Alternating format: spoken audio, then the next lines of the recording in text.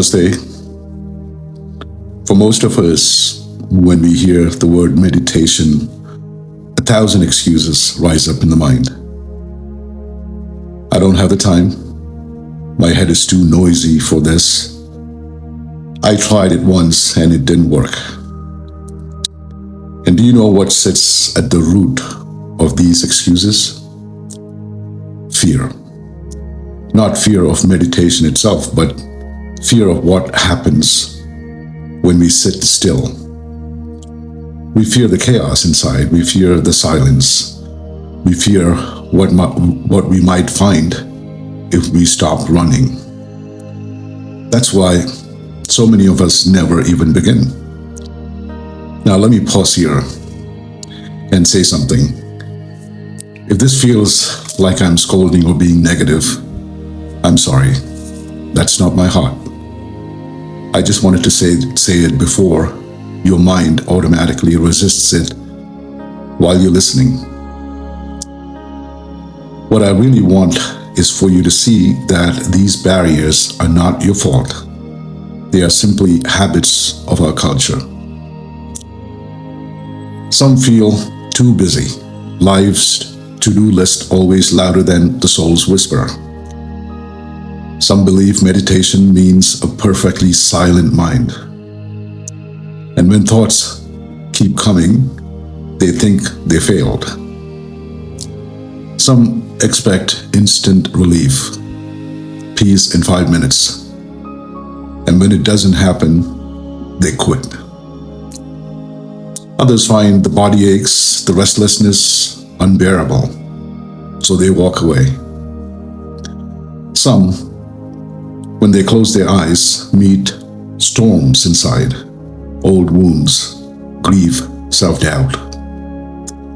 And without guidance, it feels like drowning instead of healing. And then society tells us that achievements out there matter more than quiet victories in here. So meditation feels unproductive. It even boggles my mind why the schools don't teach us meditation. If they did, we would have children 1,000 times more effective, children who grow into kind, awakened, enlightened beings. Now let me tell you something most people don't know. When yogis speak of meditation, they're not speaking of relaxation techniques. They are speaking of a journey, a map of awakening written thousands of years ago by Patanjali in the Yoga Sutras. Meditation is not step 1, it's step 7, and it only works when the first 6 steps prepare the soil. This is why most people never touch the depth of meditation, because they think it's just sitting still, but it's so much more. Sage Patanjali gave us 8 limbs of yoga, 8 steps, when done in order, can take you to bliss and union. The first step is yama, how you treat the world. Non-violence, truth, moderation, non-attachment.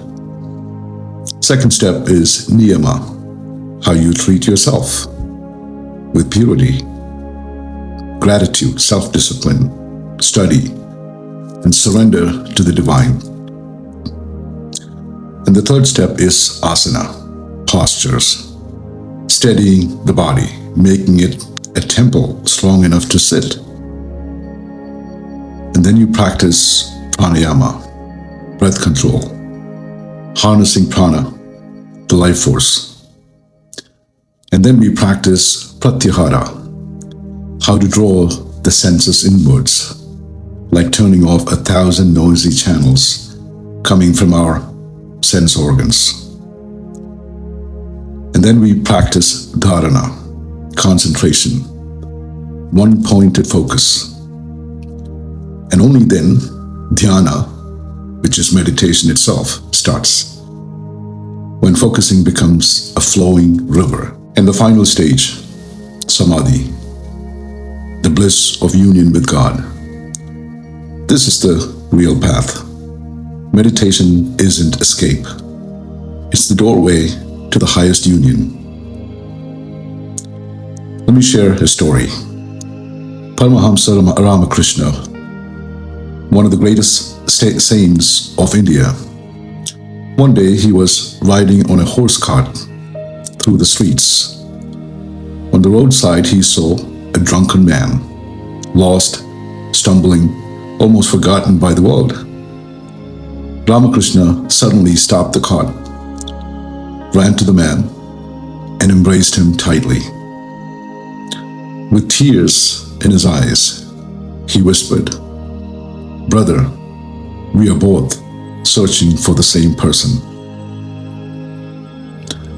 Months later, that drunken man's life changed. He transformed himself and eventually became a follower of Shri Ramakrishna. This story reminds us of something simple but profound. We are all searching for the same thing. Some chase it through alcohol, success, pleasure, power. Others through prayer, silence, meditation, and surrender. But the hunger is the same. The hunger for God, the hunger for grace, and the hunger for union. Meditation is the most direct path to that union. Meditation matters because it heals. It strengthens the nervous system. It softens the heart. It trains the mind to serve you instead of enslaving you. Meditation matters because without it, the storms of emotion and distraction eat us alive. And meditation matters because it's the only real wealth you carry beyond death. Every saint, Krishna, Buddha, Jesus, walked in meditation. Every enlightened master lived in this current, and every soul that seeks truth must one day return to this practice. In this chapter I'm writing for Mahavatar Babaji's wisdom. I go deep in this subject, step by step, and I even give you 5 techniques I learned from my own teachers. The Hamsa practice, listening to the inner sound of breath. Hum on the inhale and Sa on the exhale. The breath itself becomes a mantra. The Om practice, using Om to align the body and vibration. Then turning it inwards into silence. The Tratak practice, steady gaze at a flame or an image, training one-pointed attention. The Nada meditation, listening to outer sounds or inner hum as the doorway to stillness. The Dharana practice, which is resting in the tiny space between inhalation and exhalation, where prana and apana meet. Each of these is a doorway, and when practiced with sincerity, they open you to grace. And where does it all lead? To Samadhi. What is Samadhi? It's the moment when the single drop, you, realize it's the ocean, God. When the mind becomes still, like a glass lake, and in that stillness, the infinite is reflected. There are many shades of Samadhi. Savikalpa Samadhi, where a trace of thought remains like a ripple on the surface. Nirvikalpa Samadhi, where even thought dissolves and only bliss remains.